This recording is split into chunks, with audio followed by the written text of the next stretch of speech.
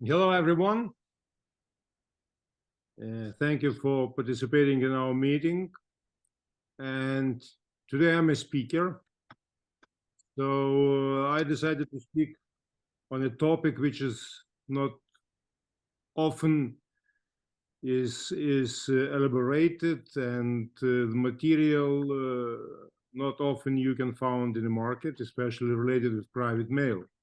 So second life of Lithuanian postal stationeries. The period I'm going to talk is after 24th of March 1941. Before, after Soviet occupation, in June 15th, 1940, Lithuanian stationeries could be used for mail quite easily. In October 10th, part of stationeries, especially related to religion thematics, were withdrawn from sale. In November, as you know, November 25th, 1940, new currency, rubles, were introduced in Lithuania. And later on, 9th of December, Soviet stamps started to be circulated. February 16th, 1941, from sale were withdrawn Lithuanian stamps. And last day, officially, Lithuanian stamps and stationeries could be used for mail. It was March 24th, 1941. So later on, Lithuanian stationeries and envelopes with stamped letters, they could be used only as paper sheet, as card, or as envelope. So that's a subject we are going to talk today. Oops. Yes, yeah, that's Sorry. okay. That's the blank of Lithuanian stationery. I was just told that the blank means empty. In this content, I use blank. It means the card itself. Is a card as a piece of paper. So it was mailed 25th of March. So next day, then it was forbidden to use Lithuanian stamps, but still it was international mail. It passed post, and everything, it's censor marked. So most probably you can find couple more such a cards, because post office employees, they are not so eager to limit mail. And I have seen number of covers as well, franked with Lithuanian stamps and not text in addition. Next, please. So after German Nazi occupation of Lithuania, you know that we had overprinted Soviet stamps, and in this case, it's not so, for me, it's not so interesting overprinted stamp, but for me, it's interesting in this subject usage of envelope, of blank of stamped letter, franked by on overprinted in Rokiškis Soviet stamp. I think it is philatelic mail, 90%, but anyway, it was interesting for me to show. Next, please. That's private letter, private stationery card. written by mother of painter Mečys Bulaka from Leipalingis. It was sent to Vilnius. Bulaka, at that moment, he was in Vilnius living. And as you see, due to quite complicated mail, it was going and looking for the addressee more than 2 months. It was mailed July 7th and received finally in Vilnius September 16th. In this case, it's really used for private mail Lithuanian stationery card. Next, please. That's a private card mailed in 1943, sorry, and was sent from Kupiškis to Krakow. It was sent via field post, but due to the private content of the letter, it was taxed by 9 pfennig. So officially, it could be mailed free of charge, but as it was private content, so it should be frank. So you see, it's text and as I mentioned, 9 pfennigs. That's pure private card. Next, please. That's private card sent to famous Latvian philatelist Landsbergis and franked card according tariff 6 pfennigs. And though it's philatelic, but it's really past mail, the content is definitely about stamp exchange.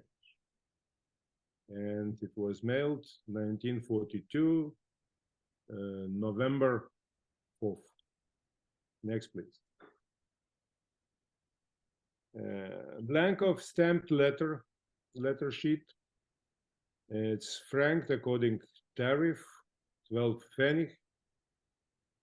And it's very interesting that inside the letter, it's Lithuanian patriotic letter sheet. So as you see, it was sent from Kaunas to Tallinn and January 8th, 1944. The war was going into the end. Next, please. Now we are going to the new subdivision of my presentation is service mail. Before we have seen all stationeries related with private mail, and as you see, this cover, it's sent by it's sent officially, and as service mail, and it was mailed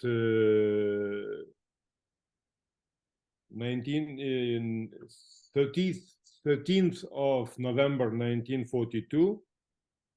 As service mail, it could be sent free of charge, but anyway, calendar cancellation was put on the stamp, though it might be put in any other place. As you see, it's Deutsche Dienstpost, Cohen, from Kaunas to Königsberg.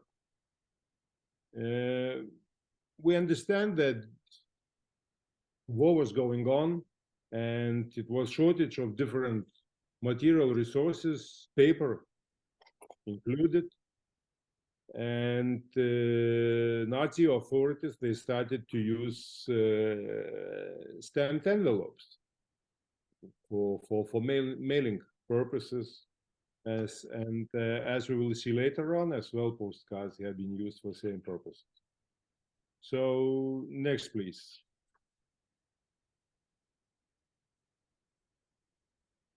Same type of cover, stamped envelope, mailed June 14th, 1943, and as in previous as well, service mail free of charge, Villingen to Kaunas. Next, please.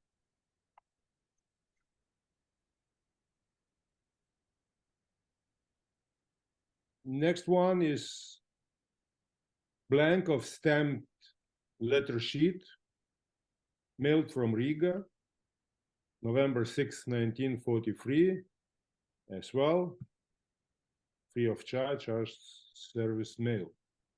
And I would like to stress your attention that most of service mail I recorded are sent from Latvia.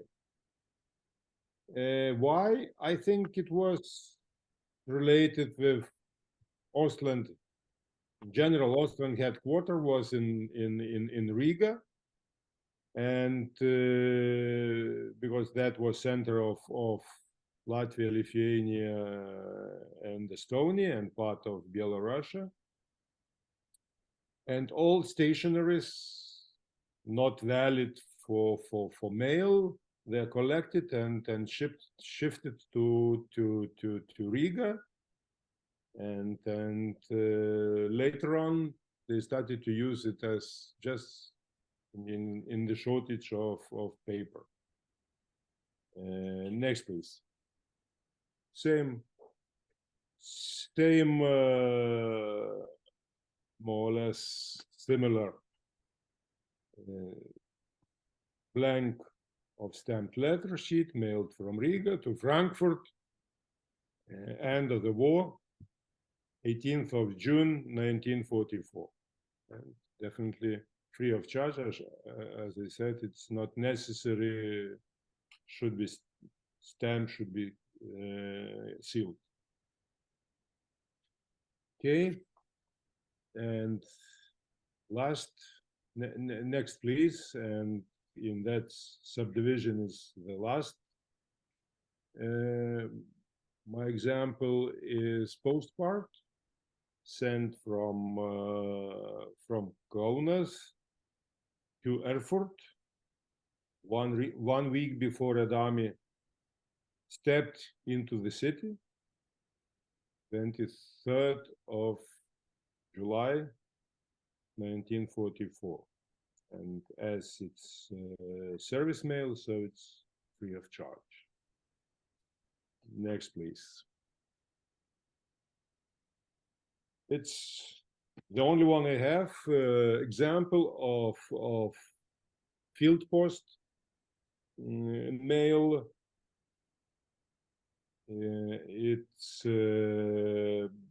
blank of stamped letter sheet, mailed on August 7th, 1943. Next, please. Now we are going to next subdivision is Lithuanian stationeries used as document blanks, or probably that's not right word, blank. It's document formulas for German authorities in Ostland in Second World War period. So as I already mentioned, stationeries have been shifted, as I see from my experience, from cards I have seen, and from the metrics on the cards, seems they have been collected in Riga, and then in printing house reprinted as formulas for different documents. In this case, We are talking about formula VA 727. And this document was used for radio subscribers, as a card for radio subscribers. No. You jumped, I guess. Please one slide back. Two. Okay, let's see. Is that that's so? One. Po šito buvo šitas. Oh, so we mixed a little bit. No, go next one. Then we will come later. This one was for radio subscribers, and that's VA 727. Why I'm starting from this one? Because on the right bottom corner, you can see easily metrics, and if we rely on the metrics, it's written that, if I understand correctly, that this formula was printed in 1943 August. Quantity was 100,000, and in Latvian language. So I am reading metrics like this. I hope you'll give a comments. Maybe I'm wrong. Maybe someone has in collection as well printed in Lithuanian language. I don't know. But in my collection, I have only Latvian, German and Latvian in two languages. This formula used for radio subscribers. Next one. Okay, this one. That's okay. So we have formula form 803A. It was used as technical inspection registration card, as I translated from German language. And they have been fixing last office visit, and it's stated number of payload spaces in a car, and it's printed only in German language. I just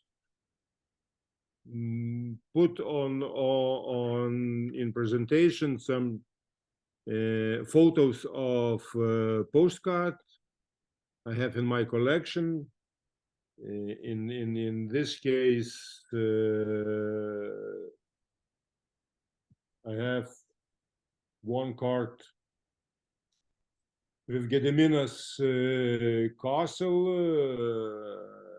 which not presented in Antanas catalog. As well, I have with Aušros vartų, Atticus, which is not in the catalog, Petro Povilo pushmena, which is not in catalog. So seems last issue of Lithuanian stationery cards, which was done in 1940 June, was most of the cards they used for printing different formulas. Next, please.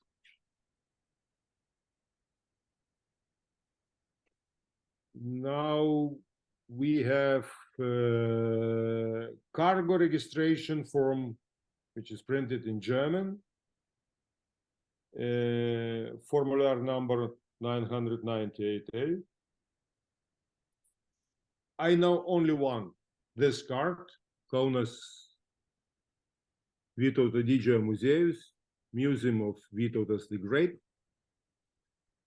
At least this formula I know only on stationery card of Vytautas Great Museum. Next, please. No, we missed one. It should be 4 pages. Next. So perhaps, so galbūt tas šitas, ne? Yes. Yes. That's cargo registration. We talked a little bit. The next one. The next. Du, trys, Cargo registration. keturi. Yes. Cargo registration. We talked about this. We talked. So all four we discussed. Okay. Sorry. Next one is not presented in my content on first page, but it's quite interesting. Card used in DP camp in Germany. In, as you see, July 8th, 1948. It's obvious that then Red Army was moving close to Lithuanian border, so stepped into Lithuania. Number of people they moved out to Germany, and in Germany they have been staying in DP camps, and most probably they had themselves some cards, and they had shortage of money, definitely.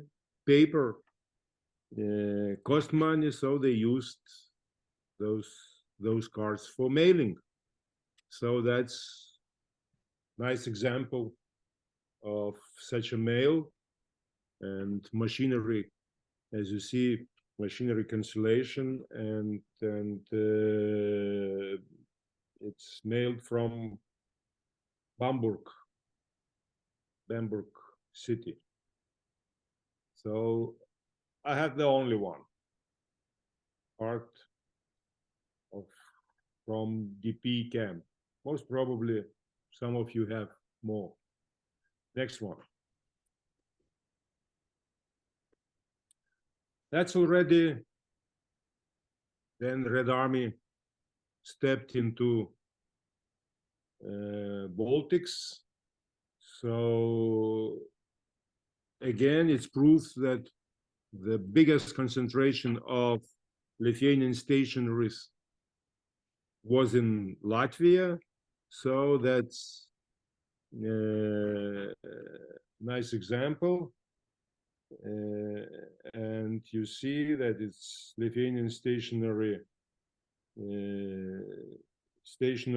envelope, stampless letter sheet, used by soldier, used by private person and sent to field post, and mailed in November 14th, 1944. It passed censor's mark, and as you see, red color field post mark as well on it. So it's used just as a paper sheet. Next, please. Again, private mail. That's stationery card, mailed September 19th, 1945, from Vilnius to Leningrad, nowadays Petersburg. It passed censorship 2515-2. According to my knowledge, it was censor was carried out in Lithuania. I have around 50, even more, was probably close to 100 mail items past censorship, Soviet censorship, and between 23,000 and 27,000. It's all mail is in Lithuania, or in Lithuania inside, or from Lithuania, or to Lithuania. But seems that censorship was operating somewhere on Lithuanian territory, on the Second World War. So next, please. Again, stationary card, but in this case already franked. We see stamp on it, and according tariff, 30 cents. It was sent to France, May 5th, 1946. Again, due to shortage of paper, it was used as card. Next one, please. Quite late comparably usage. It's January 25th, 1948, from Vilnius, mailed to Moscow,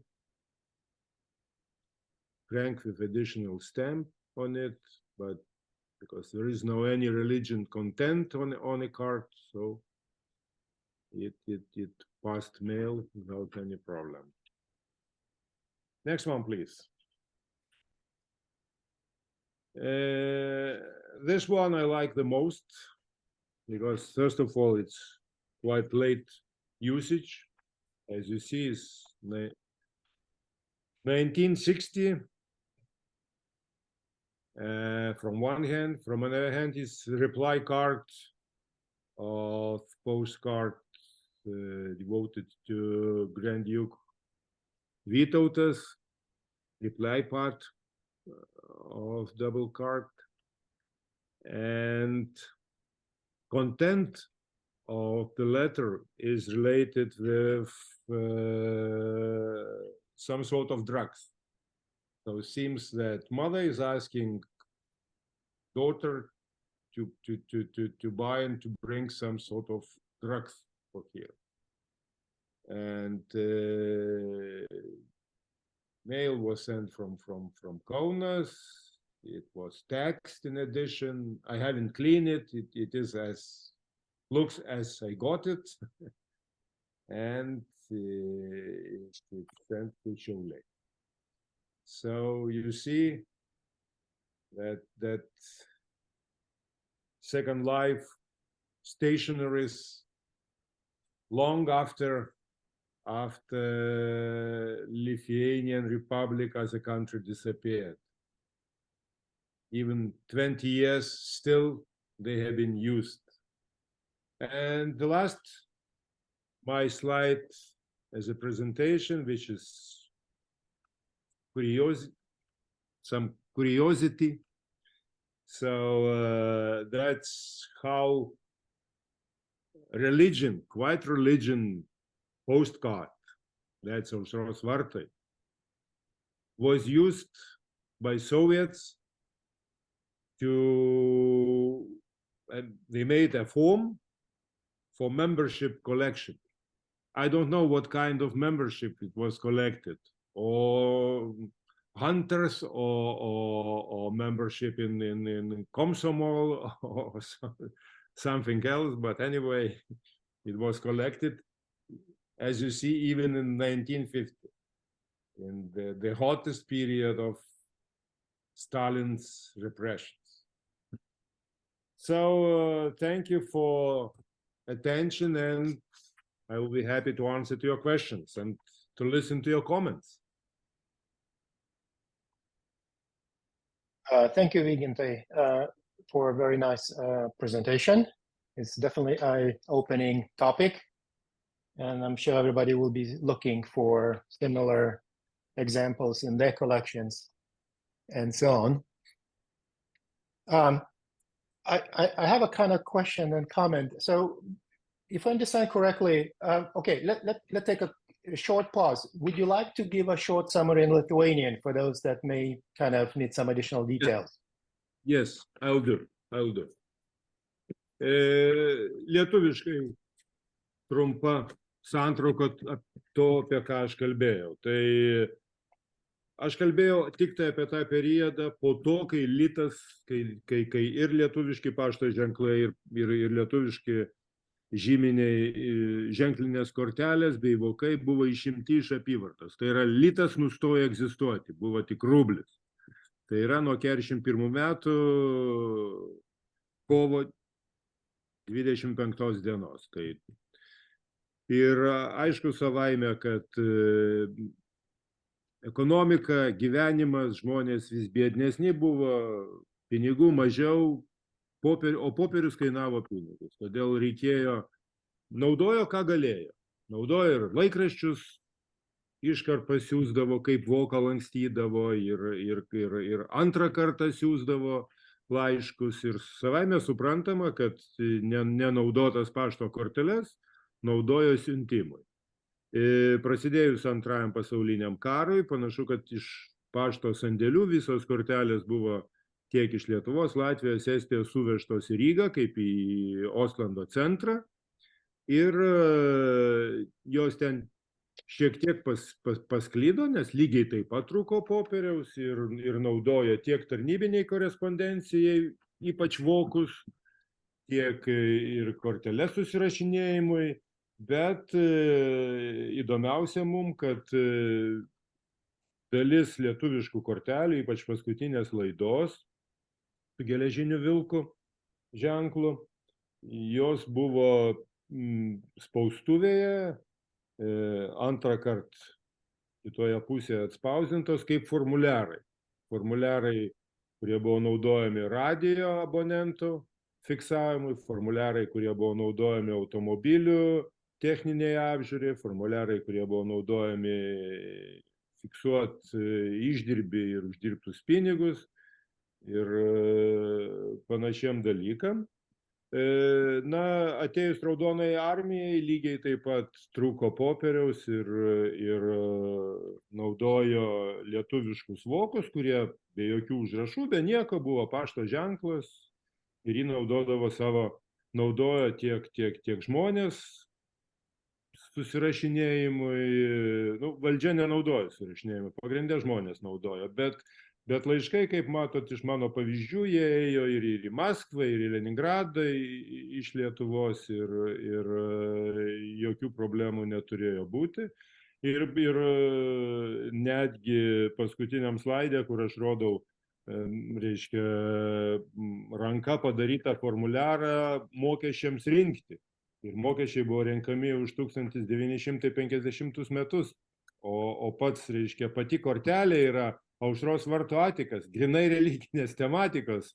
Tai nežinau, ar ten visiškas rusas buvo, kuris nesuprato, kas tas yra atikas ir Aušros vartai, kuris ten mašinėlę atspausdino, ar kaip ten buvo, bet na ir aišku, man mieliausias, tai 1960 metų atsakymo atvirlaiškis iš Vytauto didžiojo dvigubo atvirlaiškio, kur moteriškė paprašė savo dukros, kad jinai nupirktų kažkokių tai vaistų, išsiųstas iš Kauno, tvarkingai išsiųstas, uždėtas primokėjimo antspaudas, gautas Šiauliuose, viskas tvarkoj ir nei stabdė, nei išmetė, ta prasme, tokie kuriozai. Taigi 20 metų kortelės gyveno antrą gyvenimą, todėl ir pavadinimas mano prezentacijos antrasis Lietuvos ženklinių atvirlaiškių gyvenimas.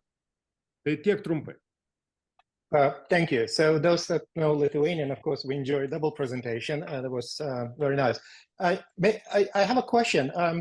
It is not clear to me. It looks like we have a postcards and we have stationery envelopes.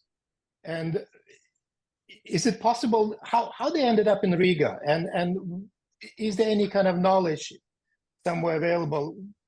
Were they stored and they were just transported in the boxes? Or do we know anything about that? How they ended up in the hands? No. There is no any information. Just you know, I'm making statements on empirical data. So it means and then logically all management or highest management of Ostland was in Riga. So most probably they collected and for second usage of paper, all material into Riga. But that's probably it's interesting to look into German archives, and maybe there is some information, but first, I do not know German language, so it will not help me. But maybe our German colleagues might look into it, and maybe there is some statements or some data. Okay. And if I understand correctly, most of those were sent from Riga, right? Some from Riga, but as you see, some are from envelopes, and most of them are from Riga, from Latvia. I have one or two examples of postal letter sheet cards, slapukai, sent from Germany to Germany. And I remember I had some exchange with Dr. Daniela several years ago. And I remember I have a note from him. He says there was during German occupation, Mr. Volpert worked in auto depot in Kaunas. And basically those specific letter sheets that were sent from Germany to Germany were apparently acquired for this person in Kaunas. And then, of course, then he used it quite extensively. And at least I have two his handwritings, at least I could recognize. And on the back side, I have, Wolpert name. So it's just a kind of, probably, I have no idea where you got this information about this specific person working in that particular place. I don't think it was any decision or any degree that let's allow old envelope stationeries to be used. No, it's pure private initiative. Formulars reprinting, that was already decision and so on. But second usage of it's some people, they haven't paid attention, or others who had possibility to grab or to found some covers, slapukai, as you mentioned, or postcards. So they used it for mailing. But the most important thing is that it was not stopped by authorities. It was allowed, because it was a deficit, as we use now, of the paper. The paper was shortage and cost money, so it was normal.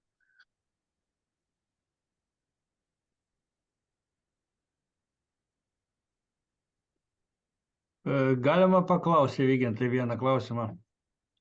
Taip. Pas mane kolekcijoje dėl formuliarų yra pavyzdžiui, radio kortelės, yra, jeigu pagal katalogą, ir Kauno didžiojo muziejus, ir Atikas katalogė pas Antaną kol kas, ta prasme, nėra. Ta prasme, čia jos tikros, lygiai taip pat ir kitų formuliarų yra kitų numerių. Taip. Pavyzdžiui, inspekcijos yra dar +3. Radio abonento, tai jų manau, kad turi būti visa paskutinė serija. Nes pas Antaną nėra irgi sąraše, aš bent 3 turiu, kur pas jį nėra, ir Petro Povilo, ir Vilniaus senoji statyba, ir Onos bažnyčia turiu. Tai buvo laikas, kai aš nelabai rinkau jų kaip formuliarą. Aš maniau, kad aš taip skeptiškai žiūrėjau, paskui, kai praėjusius paštu čia prisirinko krūvą tų ir atvirlaiškių ir vokūnų, tai tada pradėjau jau dėlioti. Tai taip, kad... Taip, čia yra ir kito formuliaro, yra ir su šventoji, ir ir aušros vartai, ir paskutinė inspekcijos irgi dar plus daugiau yra, vienu žodžiu. Gali būti, ta prasme. Taip, tai vien tas, reiškia, tiražas 100 000 radio abonentų, tai yra tikrai didelis, nes jeigu aš teisingai prisimenu, tai paskutinės serijos tik 500 000 buvo išleista. Tai, ta prasme, ir kiti formuliarai, ir inspekcijos, ir ta irgi yra daugiau, ta prasme, įvairių negu... Įvairių gali būti. Aš nežinau, Romai tenai. aš mačiau vieną tik tai kortelę, tai aš ir sakiau, tai čia yra va ta 998A. Tik Vytauto didžiojo muziejuje. So 99, kuri čia paskutinė? 998A. Jo, ten. So the question by Romas was basically, he said that in Jankauska's catalog, there are a few of those formula cards listed. And Roma saying that, you know, he definitely has many more of them. And the discussion was going back and forth saying, okay, we definitely know there are more than included in the catalog, and we need to basically collect all of them and relist it as a full list in the catalog, basically to update the catalog. So there was, you know, no new information asked. It was just a kind of confirmation of whether it's true that there are more than we know in the catalog. Absolutely. In my presentation, if you look into those photos slides, so there are slides of 8 cards which not listed in the catalog. Yeah. Just an example here, right? I mean, look at the picture. So basically that indicates that the same formula on the back is also available on these picture, on these specific postal stationery cards. In my presentation, 8 are not listed in Jankauska's catalog. 8, okay.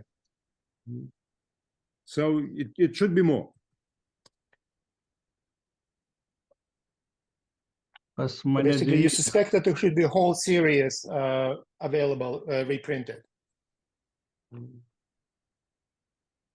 Ir paskutinis tas, kur formuliaras 9, čia yra su, gal taip jis parodė, čia su Vytautu.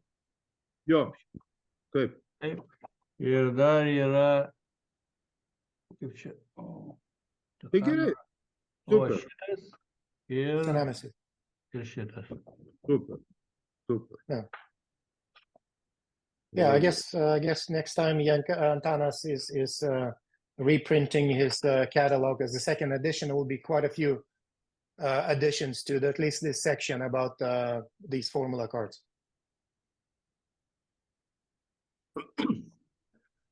Anyone else wants to ask?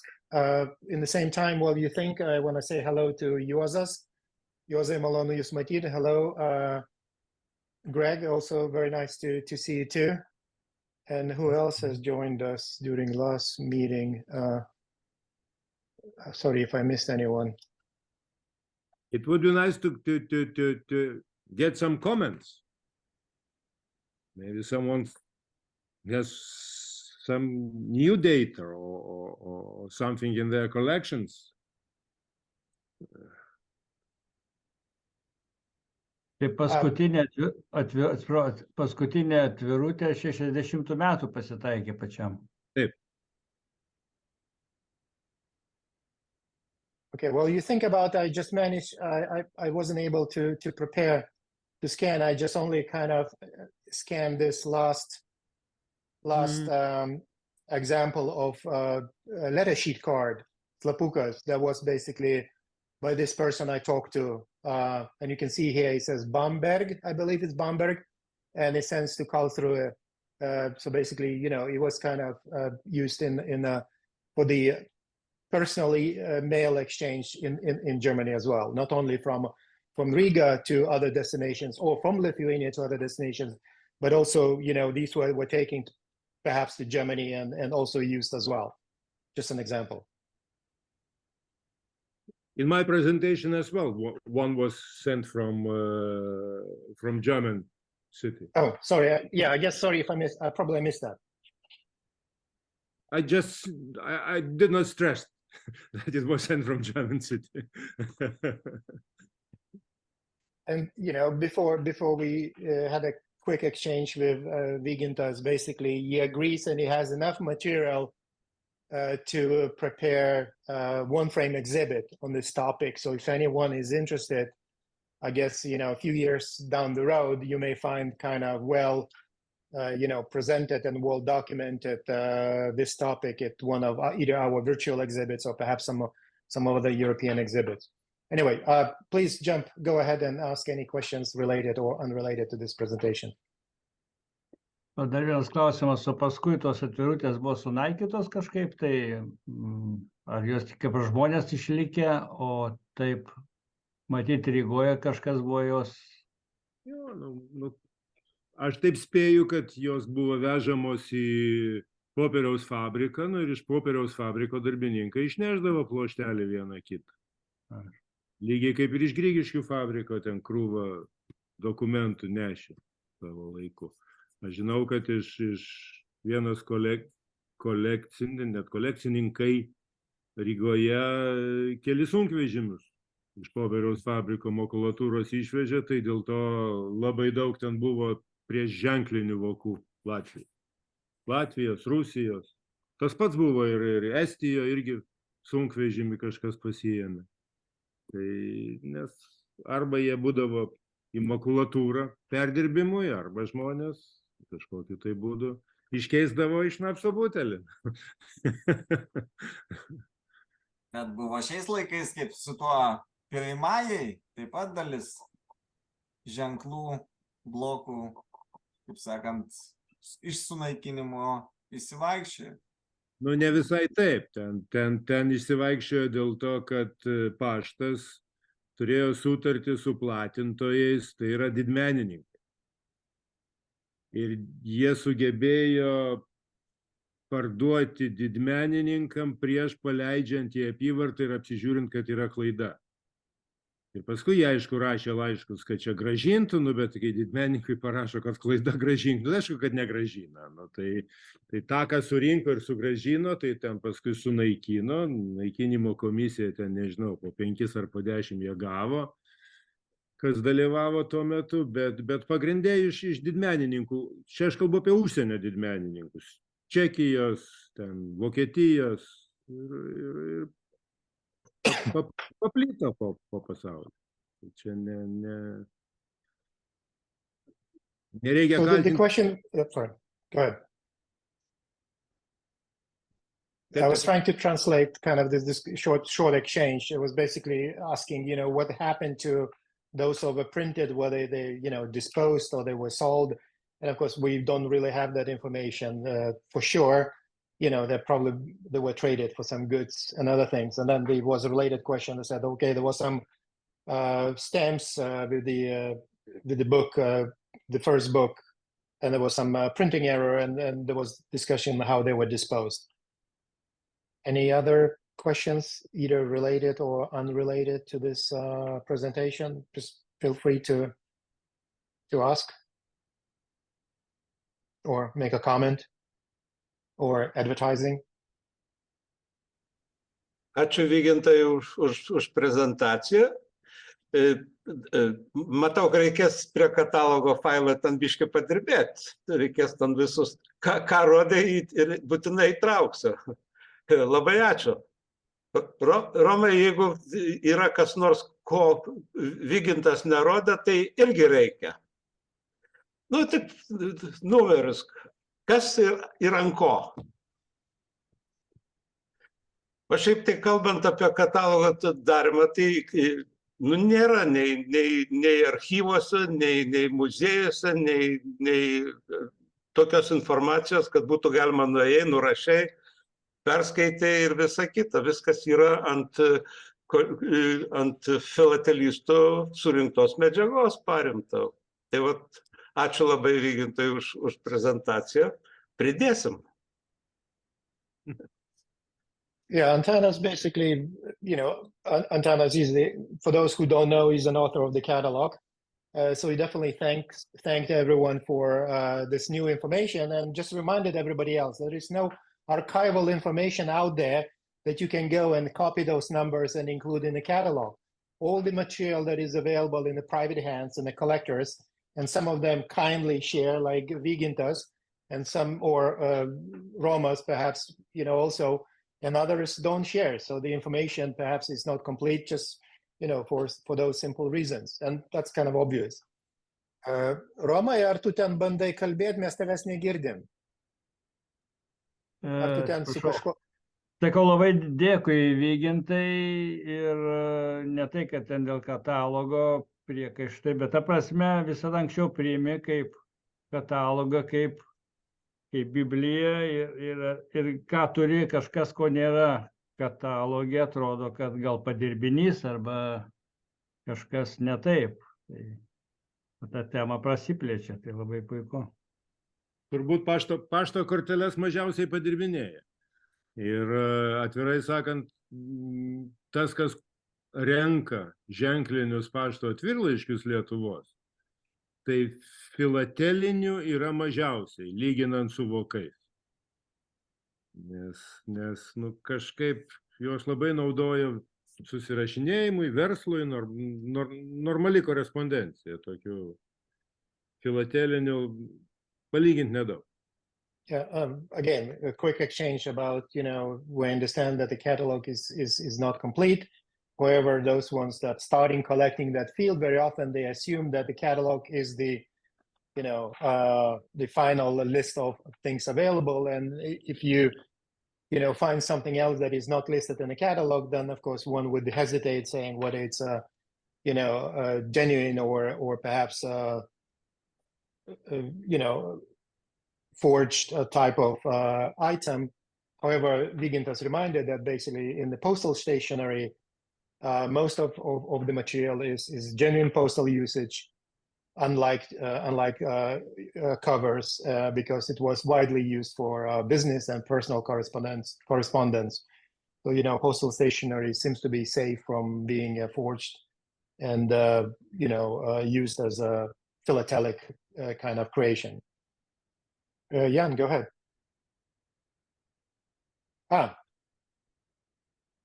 Sorry, you I guess Jan was saying goodbyes.